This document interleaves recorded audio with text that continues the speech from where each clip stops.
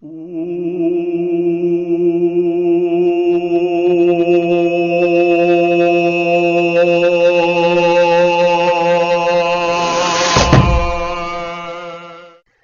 like to know things. The art and science of asking questions is the source of all knowledge.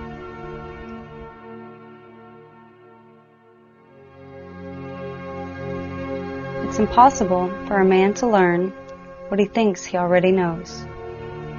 Knowledge is a process of piling up facts. Wisdom lies in their simplification. Bodily exercise, when compulsory, does no harm to the body, but knowledge, which is acquired under compulsion, obtains no hold on the mind. Any piece of knowledge I acquire today has a value at this moment exactly proportioned to my skill to deal with it. Tomorrow, when I know more, I recall that piece of knowledge and use it better. The eye sees only what the mind is prepared to comprehend. Science is organized knowledge. Wisdom is organized life. Great are they who see that spiritual is stronger than any material force, that thoughts rule the world. The first step towards knowledge is to know that we are ignorant. Believe those who are seeking truth. Doubt those who find it. These days, people seek knowledge, not wisdom. Knowledge is of the past. Wisdom is of the future. One's first step in wisdom is to question everything, and one's last is to come to terms with everything. The wisdom of life consists in the elimination of non-essentials. Anyone who conducts an argument by appealing to authorities is not using intelligence. He is just using his memory. It is unwise to be too sure of one's own wisdom. It is healthy to be reminded that the strongest might weaken and the wisest might err. Wisdom consists of the anticipation of consequences. The beginning of wisdom is found by doubting. By doubting, we come to the question, and by seeking, we may come upon the truth. Wisdom is the supreme part of happiness. It is 1,000 times better to have common sense without education than to have education without common sense. 6 essential qualities that are key to success: sincerity, personal integrity, humility, courtesy, wisdom, charity, tolerance. Human diversity makes tolerance more than a virtue. It is a requirement for survival. Genius may have limitations, but stupidity is not thus handicapped. Discussion is an exchange of knowledge. An argument is an exchange of ignorance. I am not young enough to know everything. Even a fool, when he holds his peace, is counted wise, and he who shuts his lips is esteemed a man of understanding. Real knowledge is to know the extent of one's ignorance.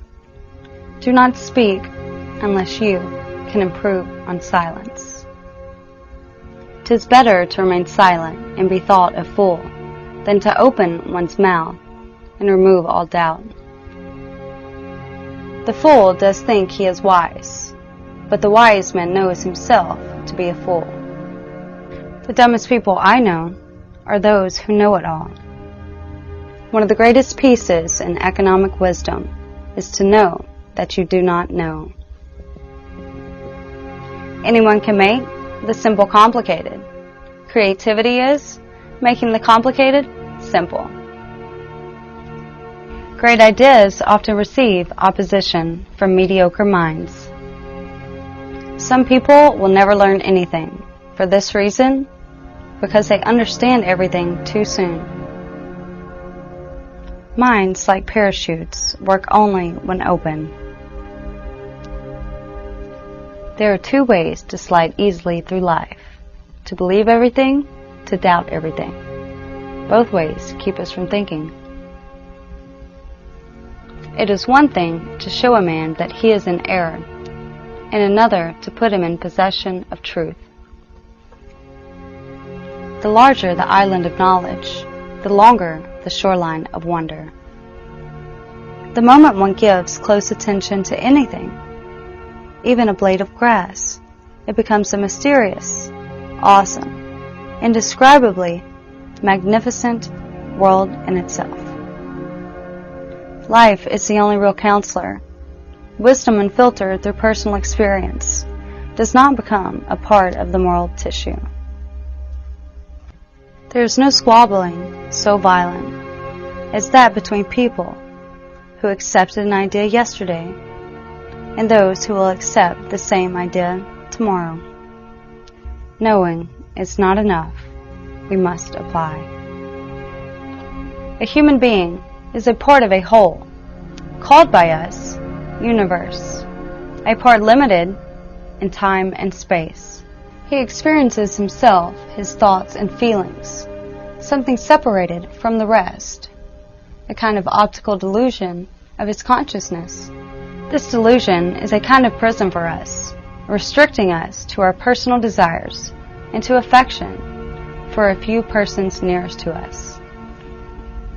Our task must be to free ourselves from this prison by widening our circle of compassion to embrace all living creatures and the whole of nature in its beauty. If you love everything, you will perceive the divine mystery in things. Once you perceive it, you will begin to comprehend it better every day. And you will come at last to love the whole world with an all-embracing love.